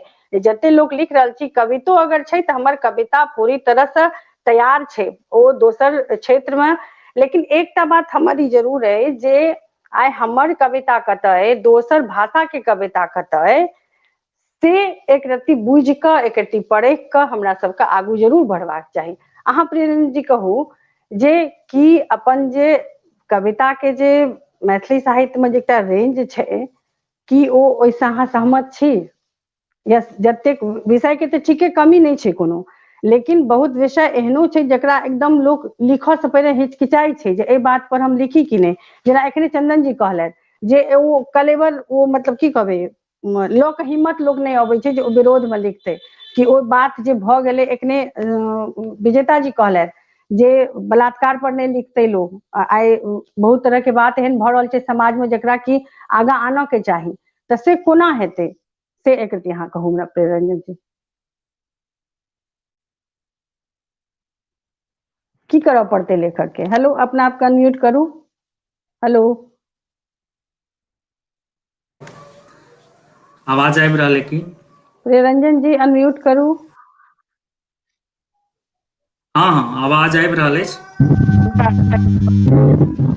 जी आब अबैया, आवाज आबि रहल अछि।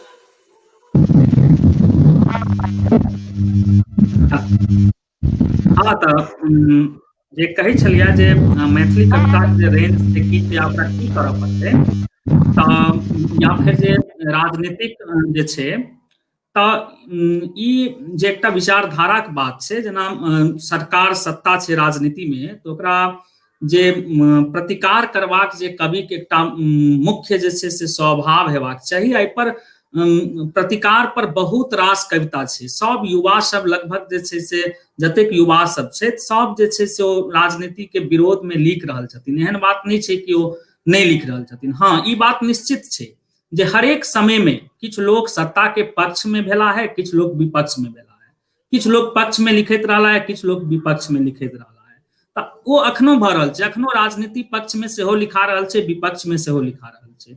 जेना शारदा दीदी बहुत रास कवि सबके कहै छलखिन हैं, जेना देखियौ राजनीतिक पक्ष में या राजनीतिक जे अपन सबके जे यथास्थिति छै अखन भारतक, ओहिके पक्ष में हमरा एकटा पत्रिका में पढ़ने रही, बाल मुकुंद कविता छनि जे ई नव भारत अछि भाई, जाओ बेचाओ अपन नैतिकता, लाओ अपन आत्मा बागमती किंछेड़ में, कऽ दियौ अंत्येष्टि, भरि लिअ अपन दिमाग में धर्म आ राष्ट्रवादक अफीम। तऽ एहन एहन जे ई विद्रोहक जे कविता सब छै, जे स्थिति छै राजनीति पर, ओकरा सबके जे आँखिगर युवा सब छथिन अखन मैथिली में, जे ओहि ढंग से हुनकर चिंतन छनि, अध्ययन छनि, ओ सब लिख रहल छथिन। एहन बात नहीं छै नहीं लिख रहल छै, हाँ जे ढंग से लिखायक चाही से नहीं लिखाई छै। अब दोसर जे अहाँ बात कहने छलियै जे मैथिली कविता के आन अन्य जे भारतीय भाषा सब छै ओकरा समकक्ष लऽ जेबा लेल, या फिर जे विश्व के जे भाषा सब छै ओकरा समकक्ष लऽ जेबा लेल हमरा सबके की करऽ पड़तै, तऽ ओकर एकेटा छै मतलब चिंतन आ पढ़ब। जखन हम भारतक जे आन आन भाषा छै, चाहे वो बंगाली होय, तमिल होय, हम सब ई छै जे हमरा जेना बंगाली नहीं अबैया, तमिल नहीं अबैया, तऽ आब साधन के कमी नहीं छै, आब साधन सब उपलब्ध छै। नेट पर अहाँ के एक पर एक वेबसाइट सब छै, जे पर बंगाली कविता सबके अनुवाद अहाँ के हिंदी में भेटत, तमिल कविता सबके अनुवाद अहाँ के हिंदी में भेटत, अंग्रेजी में भेटत, फ्रेंच कविता सबके भेटत, जर्मन कविता सबके भेटत। तऽ ओ अहाँ के जतेक अहाँ अध्ययनशील अहाँ रहबै ततेक ओ अहाँ के विचार बढ़ैत चलि जेतै, रेंज बढ़ैत चलि जेतै। ई चीज निश्चित भऽ रहल छै एखन मिथिला में। कियाक तऽ हम जे एकटा कार्यक्रम में दरभंगा में एकटा कार्यक्रम चलै छै साहित्यिक चौपायर नाम सँ चलै छलैया, अखन किछु बंद छै, तऽ ओहिमे किछु युवा सब आबै छलखिन हेँ, एकदम नव नव युवा सब ओहिसँ जुड़ै छलखिन हेँ। तऽ हुनकर सबके जे कथ्य रहै छलै, हुनकर सबके जे विचार रहै छलैया से बहुत नीक रहै छलैया। लेकिन आब छै जे ओकरा चमकायल कोना जाय, ओ नीक कोना लागे, ओहिमे अंडरटोन कोना आबै, ओकर शिल्प केना नीक भऽ सकै ओकर, तऽ ओहिमे कतौ ने कतौ देखल जाइ छलै जे हुनका सबमे अध्ययनशीलता के अभाव रहै छलै। तऽ हमरा जनैत जेना जेना ओ सब अध्ययन करैत जेथिन, पढ़ैत जेथिन, मैथिली कविताक रेंज अखनो बहुत नीक छै। हमरा जे बुझल अछि, हमरा सब बहुत लोक नहियो सहमत भऽ सकै छथि, लेकिन जेना जेना ई अध्ययनशीलता बढ़ैत चलि जेतै और मैथिली कविता भकरार होइत जेतै। ई हमर अपन विचार अछि एहि संदर्भ में। चलू प्रेरना जी, ई नीक बात जे चिंतन मनन सँ, अध्ययन सँ हम अपन कविता के, अपन साहित्य के आगू लऽ जा सकै छी। आब हमर ई एकटा प्रश्न अइ जे एखन जे छै से सब संस्था एकटा युवा पुरस्कार दऽ रहल छै, से सब संस्था लगभग दै छै, तऽ की ई पुरस्कार जे छै से प्रोत्साहन छै कि हतोत्साहन छै? से सबसे पहिने हम चंदन जी के कहबनि जे एकरा कनि क्लियर करथि। प्रोत्साहन पुरस्कार के हतोत्साहन कही तऽ ठीक नहीं हेतै। नहीं, एहि दुआरे जकरा प्रोत्साहने छै। भेटलै से तऽ गदगद छै, जकरा नहीं भेटलै से तऽ लिखे रहल छै, आ तें कविता बेसी लिखा रहल छै जे हमरा पुरस्कार भेट जाए समय कम में, तें कविता बेसी लिखा रहल छै। हम अपन विचार है हमर ई तऽ अहाँ जे पुरस्कृत कृति अथवा जे पुरस्कृत लेखक छथिन, पुरस्कार योग्य जे चयन प्रणाली छै ताहिमे यदि कोनो तरहक असंतुलन छै, ताहि के लेल पुरस्कृत व्यक्ति के अथवा ओहि के ओ माने अभिलाषा के संग जे लिख रहल छथिन तिनका पर आक्षेप केनाइ कोनो बात नहीं छै। प्रणाली आक्षेप संतुलित नहीं हेबाक छै, चाही, हाँ आक्षेप नहीं छै, मतलब प्रणाली एकटा संतुलित होबाक चाही। जे पुरस्कार जे स्थापना भेल छै, केओ भी कतौ जे पुरस्कारक, कोनो भी पुरस्कारक जे स्थापना कयल गेल छै, तऽ ओ पुरस्कार प्रोत्साहने के लेल कयल गेल छै, हमरा सब इएह सोच के छै। तखन आब छै जे ओ प्रोत्साहन के लेल जखन ओ पुरस्कार देल जाइ छै जे व्यक्ति के, ओहि व्यक्ति से कतेक आदमी प्रोत्साहित होइ छै। हम तऽ एहनो पुरस्कृत व्यक्ति सबके देखै छियै जे पुरस्कार हुनका भेट जाइ छनि आ तकर बाद बुझाइ छै जे हुनकर कैरियरे समाप्त भऽ गेलै। एहनो व्यक्ति सब छथिन। यदि ककरो अपने कैरियर चौपट भऽ गेल डिस्टरबेंस भऽ तखन, रहल छै। हेलो, अब अबै आवाज? हाँ बीच बीच नहीं में एखन कनि, ठीक छै। हाँ एखन ठीक। हाँ, तऽ तखन यदि मानि लिअ पुरस्कृत व्यक्ति के जे छै से करियर यदि समाप्त छनि ओतऽ से, तऽ ओ फेर प्रेरणा केना बनथिन अनका लेल? ई छै। तेँ जखन कोनो पुरस्कार के चयन समिति में जे लोक सब जूरी बा जे चयन प्रणाली के लोक सब बैसै छथिन, तऽ हमरा बुझने जे ई अहाँके चिंता जायज अइ जे हुनका सबके ई चिंता करबाक चाही जे हमरा कोन हिसाब से एहि चयन प्रक्रिया में की दृष्टि अपन दृष्टिकोणक की बदलाव करबाक चाही। मात्र देखियो एकटा नियम कायदा होइ छै, ओ नियम कायदा के हिसाब से किताब तो ओतऽ तक पहुंच जाइ छै जतऽ तक किताब पहुंचबाक चाही, लेकिन जूरी जखन रिकमेंड करे छै जे कोनो पुरस्कार के, एकटा जूरी हेबे करे छै सबके, ओ जूरी के ऊपर में कोनो नियम कानून नहीं रहे छै जे अहाँ के माने कविते के सेलेक्ट करबाक कि कथे के, अहाँ के बेस्ट सेलेक्ट करबाक ई बात छै जे अहाँ के जे सबसे नीक अछि से। तो बेस्ट के मतलब खाली ई नहीं छै जे उपलब्ध रचना में बेस्ट। तखन अहाँके हिसाबसँ पुरस्कार जे छै से प्रोत्साहन हेतै, तखन प्रोत्साहन हेतै जखन कि ओ प्राप्त पुरस्कारकर्ता जे छथि से समाज के लेल प्रोत्साहन के काज करथि या प्रोत्साहन जेना अपना आपके स्थापित केने रहथि। हमरा हिसाबसँ सएह हेबाक चाही। नहीं ततबी तक ई तऽ भऽ गेल एकटा छोट पक्ष भऽ गेल। बृहद पक्ष ई छै जे पुरस्कार जखन देल जाइ छै तो ओ एहि चीज के ध्यान में राखि के देल जाय जे साहित्य के समृद्धि हो। से एकटा व्यक्ति के तो विकास हेबे करे, जे पुरस्कृत लेखक छथिन हुनकर तो विकास हेबे करे, लेकिन ओहि विकास के संगे संगे साहित्य के सेहो विकास होय।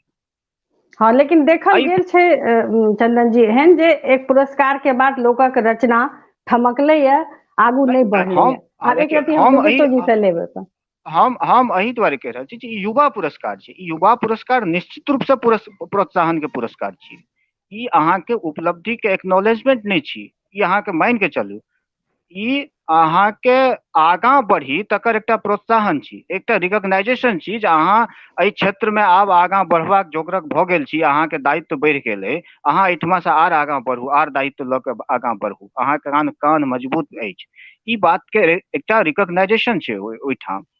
लेकिन ओकरा हम सब यदि मान लिए जे ई हमर अचीवमेंट भऽ गेल आब, हाँ, और हमर एहिठाम जीवन समाप्त है, हमर लेखकीय जीवन में आब पूर्णता आबि गेलै, ई आत्मरूपता यदि आबि जाए तो तखन तो पुरस्कार के कोनो मतलब नहीं छै। हाँ, पहिने युवा पुरस्कार नहीं देल जाइत रहे, लेकिन रचना बहुत सुदृढ़ होइत रहे और बहुत होइत रहे। खैर हाँ, अपन एकटा विचार चीज छै। आर निकी जी, एकटा चीज आर निकी जी हम कहब जे एखन कविता पर जखन एते अपना सब चर्चा केलहुँ हैं, एकटा जे छै से अहाँ के गलत अवधारणा आबि गेल छै लोक में। कविता लिखऽ वाला में, कविता बुझऽ वाला में, कविता के बात करऽ वाला में हम सभक गप नहीं कहै छी, आब बात सब ठमा छै, लेकिन एकटा जे आम जे सोच छै तै में जे नव कविता के जे फॉर्मेट छै, कविता कहियो, नव कविता कहियो या छंद मुक्त कविता कहियो, जे कहियो, एकटा आबि गेल छै जे जतेक नव कविता लिखनिहार छथि सब प्रगतिशील विचारक लोक छथि, आ दोसर छै जे छंदबद्ध लिखै छथि ओ प्रगतिशील नहीं छथि, अथवा अन्य चीज जे लिखै छथि हुनकर प्रगतिशीलता पर शक कयल जाइ छै जे प्रगतिशील छथि कि नहीं छथि ताहि पर। लेकिन यदि अहाँ मुक्त छंद कविता लिखै छी, नव कविता लिखै छी, तो एकटा अहाँ के अनेरे लोक मान ले जे अहाँ प्रगतिशील छी। लेकिन एहिठमा प्रियंजन जी जतऽ कहलखिन जे प्रतिकारक गप बहुत रास कवि करै छथि, हम मानै छी जे प्रतिकारक गप सब बहुत रास कवि करै छथि, लेकिन हमरा दिक्कत ओतऽ है जब प्रतिकारक स्वर के पुनरावृत्ति भऽ रहल छै। समकालीन जे समस्या छै या समकालीन जे रूढ़ि छै या जे कोनो जाहिठमा प्रतिकार हेबाक चाही, ओ नव विषय पर प्रतिकारक स्वर के बहुत छीन छै। प्रतिकार आबि रहल छै जब हमर हाँ, तो ओ तऽ युवे के करऽ अगला पड़तै पीढ़ी ना। जे अगर बात के लेल हल्ला केलखिन है, हम सब ओहि बात के लेल हल्ला करैत रहब, ई बात छै। हाँ, तो विद्यापति करबाक के चाही ना हमरा सबके। हाँ, नहीं हम की कहै छी जे ओ गलत नहीं छै, लेकिन आगाँ कहाँ बढ़ि रहल छै। बहुत रास नव विषय जतऽ प्रतिकार करबाक चाही ओ विषय छूटि रहल छै, ओहि पर प्रतिकार अहाँ नहीं कऽ रहल छियै। अहाँ के जे केओ रास्ता देखा देने छथि पूर्वज, अहाँ ओहि रास्ता पर चलि रहल छियै, तकर बाद जे ओहि रास्ता में आर कांट कुश आबि रहल छै, ओ कांट कुश सब साफ नहीं कऽ रहल छियै अहाँ, आ तकर परिणाम हेतै जे आगाँ जाके जखन अहाँ कनी दूर तऽ चलबै, अहाँ के बनायल जे एकपेरिया छै, अहाँ तऽ पूर्वज के एकपेरिया के पर पूरा एकदम एलियै, एकोटा खर नहीं भेटल, लेकिन अहाँ के बनायल जे अहूँ के एकपेरिया आगाँ छै किछु ओहि पर योजना अगबे बनबऽ कांट पड़त कुश छै। युवा के। आगाँ के पीढ़ी यदि चाहते जे ओ आगाँ बढ़े तो ओकरा कनी पाछाँ आबि के तखन फेर जाय पड़तै, आ ई हमरा सबके लेल, हमरा पीढ़ी के लेल जे छै से अपमानजनक है। हाँ, यानी कि अपन एकटा योजना आगा वाला पीढ़ी के देबाक चाही, युवा के देबाक चाही अपन नेक्स्ट पीढ़ी के लेल। प्रियरंजन, अहाँ कहू जे हमरा लगैए जे हुनकर अपन विचार छनि, चंदन जी के अपन विचार देलथि हो।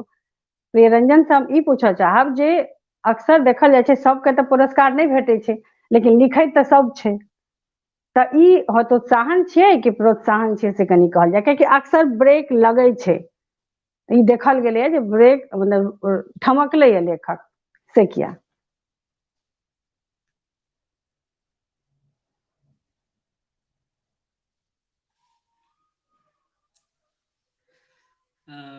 बहुत गंभीर और प्रश्न अछि।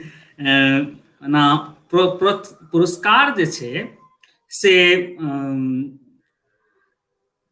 ओना प्रशंसा लेल देल जाइ छै, प्रोत्साहने लेल देल जाइ छै।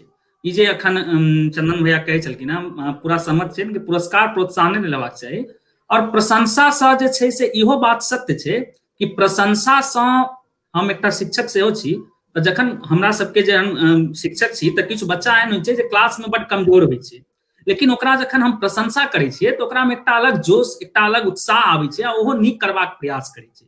तऽ प्रशंसा से निश्चित छै जे मनुष्य के नैतिक विकास होइ छै, ओकरा में विकास होइ छै। तऽ पुरस्कार कखनो जे छै से जकरा भेटै छनि या जे ओहि उचित छथिन, जे ओहि योग्य छथिन, हुनका ओ जे छै से विकास जे छै से हुनका में हेतनि। आ ओ आब पुरस्कार के बाद जे हुनका भेटलनि हैं, ओ निश्चित छै कि ओकरा लेल ओ जे समाज के लेल ओ कते कल्याणकारी छथिन।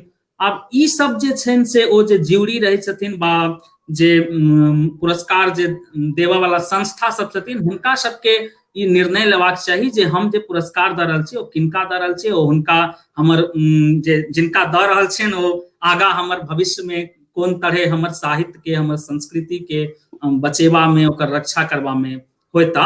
ई बात निश्चित छै कि अपना मैथिली में जहन हम पढ़ै छी, हम अखनो एकटा पाठक छी आ पाठके जकाँ बात कर रहल छी, हम जखन मैथिली में पढ़ै छी नीक नीक पत्रिका सबमें, जे मैथिली के जे प्रतिष्ठित पत्रिका सब छै ओहिमे, तऽ बहुत पैघ पैघ विद्वान सब मैथिली में पुरस्कार पर कटाक्ष करै छथिन, ऊपर जे छै से व्यंग करै छथिन। तऽ हमरा तखन लगैत रहैया, एकटा युवा छी हम मैथिली में, तऽ भविष्य में यदि शायद हमरो संग एना हुए तऽ कहीं हमरो पर तऽ नहीं कटाक्ष हुए। तऽ ई जे युवा सब जे छै, ई जे एकटा अपना सबके पुरस्कार के लेल जे बात भऽ रहल छै, तऽ ई सब ई हमर अहाँके काज नहीं अछि। हाँ, हमरा अहाँके सोचब जरूर छै, लेकिन जे भऽ रहल छै ओ आबऽ वाला जे युवा पीढ़ी छै ओकरा लेल नीक संकेत देवा लेल ओकरा साफ सुथरा राखब तऽ अवश्य जरूरी छै। हम एहि विषय में बस एतबे कहऽ चाहै छी। हाँ, मतलब कि अगर अहाँके पुरस्कार भेटल अछि, अहाँ अपन निरंतरता, अपन दायित्व बोधक संग अपन समाज के, अपन साहित्य के ओकर जे उचित छै मूल्य से प्रदान करैत रहियो।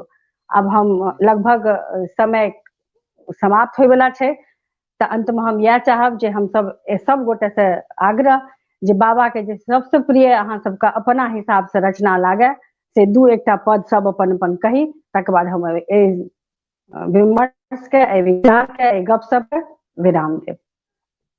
विजेता जी, सबसे पहले अहाँ बाबा के जे कोनो पद अहाँके बहुत नीक लगैत हुए से अहाँ कही। चूंकि यात्री लोक उत्सव छै, तऽ कनि बाबा के बहुत साहित्य के गप भेलै, तऽ कनि बाबो के गप होय। अनम्यूट कऽ लिअ।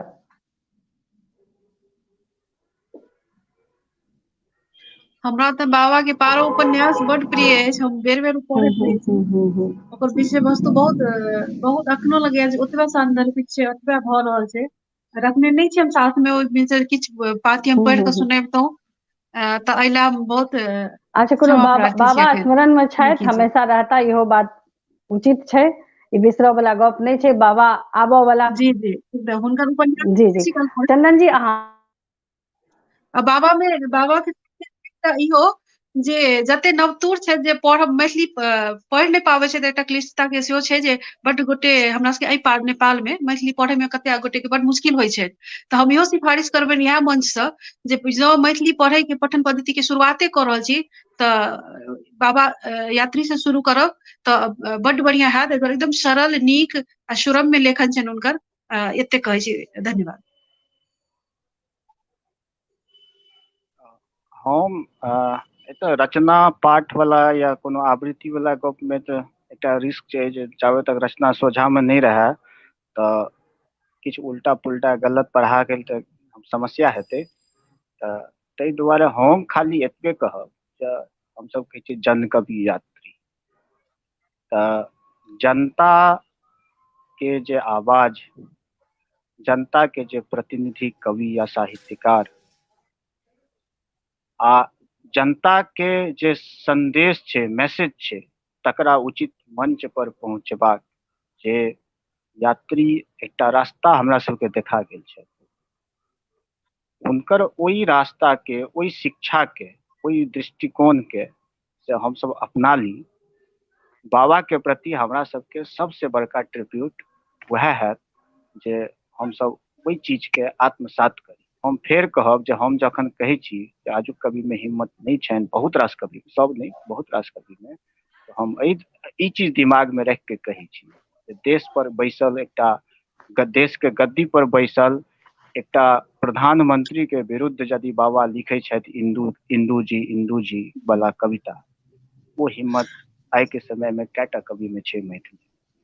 तऽ ई जे एकटा हिम्मत छै, ई जे एकटा जनता के हिम्मत के प्रति संग युवा के आगू बढ़क हेबाक जे चाही। प्रतिबद्धता छै, जो हम साहित्यकार छी, मतलब जनता के लोक छी, ई जे बात छै, एहि चीज के हम सब से आत्मसात रहक चाही। करी। जी प्रियरंजन, अहाँ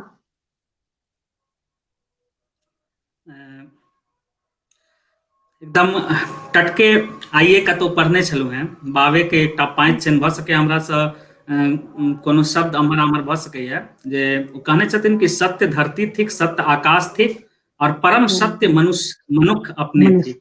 हम इएह पाँच सँ जे छै से बाबा के स्मरण करैत, हुनका बहुत प्रति संवेदना व्यक्त करैत श्रद्धांजलि अर्पित करैत छियनि।